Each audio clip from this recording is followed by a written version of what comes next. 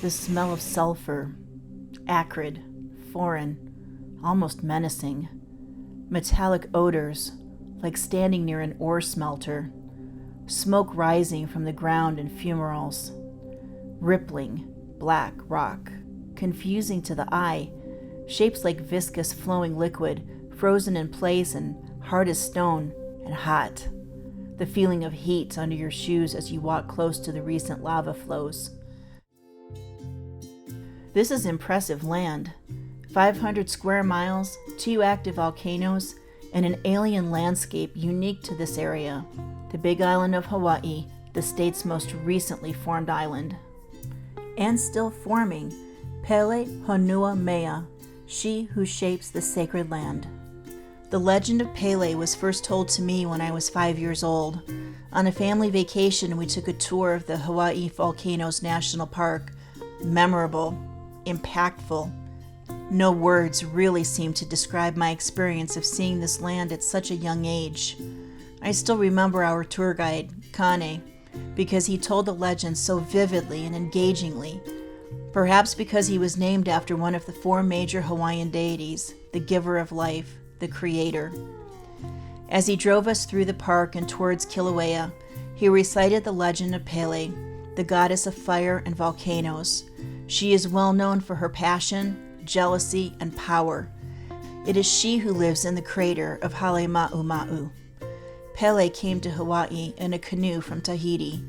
Her sister Namaka drove Pele from their homeland in fear that she would destroy their land with her temper. Going from island to island, the sisters eventually arrived at the Big Island and fought to Pele's death. They say her spirit lives on in all volcanoes, but has its home in the Halema'uma'u crater on Kilauea. When she is angered, she causes eruptions that flow molten rock over the land. Although these eruptions are unpredictable, violent, and destructive, they also create new land as the lava flows into the Pacific Ocean. The island is in a near constant state of becoming due to the 2 most active volcanoes, Kilauea and Mauna Loa, in the domain of Tutu Pele, as she is respectfully called by the natives, Madame Pele, in other words. That original trip was haunting and formative for a 5-year-old girl from Ohio. I've kept Kane's telling of the old legends close to me my entire life. Looking back on it, he was a wisdom keeper, an elder, passing down the wisdom of his own ancestors to me, the next generation. It was at his suggestion that my mother nicknamed me Kiki, which at that time on Hawaii meant child. On a return visit over 40 years later, I was fortunate enough to take a helicopter tour of the park, providing an entirely different perspective than the land tour had done so long ago. Seeing the lava flows from above impresses upon the viewer its massive influence on the land. The smell of the sulfur, the color of bright red just under the silvery surface of new lava, the steam rising off the ocean as new land is being formed from the flow. It is sobering and inspiring simultaneously. After all those years, Kane's voice came back to me as I remember the mo'olelo, legends of Tutu Pele. The perspective from the air brought into clear focus the contrast of destruction and renewal. We saw roads covered in recent lava flow at the same time we were watching new land being formed as the molten rock splashed into the water, cooling it, forming new terrain on the south coast of the island. Interestingly, in addition to Pele's infamous temper, she is also a goddess of hula, considered so because it was she who asked her sister, Hi'iaka, to dance the first hula.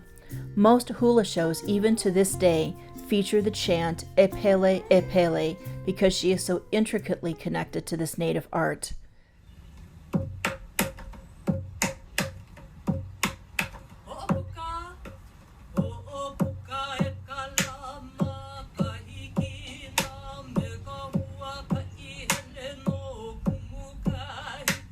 Pele lives on in the mo'olelo of the Kanaka Maoli, the real people, native Hawaiians. They respect her and fear her equally. Although she may bring destruction, she also brings renewal and the joy expressed in the hula. It is the contrasting faces of Pele. We rarely, if ever, can truly see what the future holds. Our lives are a series of victories, defeats, and stalemates. However, when we stop to truly analyze the pattern, we most often see that what at first appeared to be a negative turns into a positive. If we allow and help it to be so, destruction can give way to a new and better reality. Sometimes we call such a thing a blessing in disguise. We lose our job only to find that we have an opportunity for something better, more suited, more profitable. An appointment gets canceled, and then we realize we were needed more somewhere else at that same time. We split from a romantic relationship, get our heart broken, later to find a person far more kind and loving than we imagined possible. These types of things happen all around us, every day, and we may not always see them for what they truly are. The legend of Madame Pele is the illustration of the concept that when something destructive happens, it usually is paving the way for a new future we had not even dreamed could exist. The next time you have a stone blocking your path, consider why it might be there. Perhaps you are meant to turn to a different direction, try a new path. Struggling to remove the stone may be a waste of effort. Allow yourself to consider turning away from the stone and towards a new future. Ha'ina ka inoa no Pele le'ea, in the name of Pele.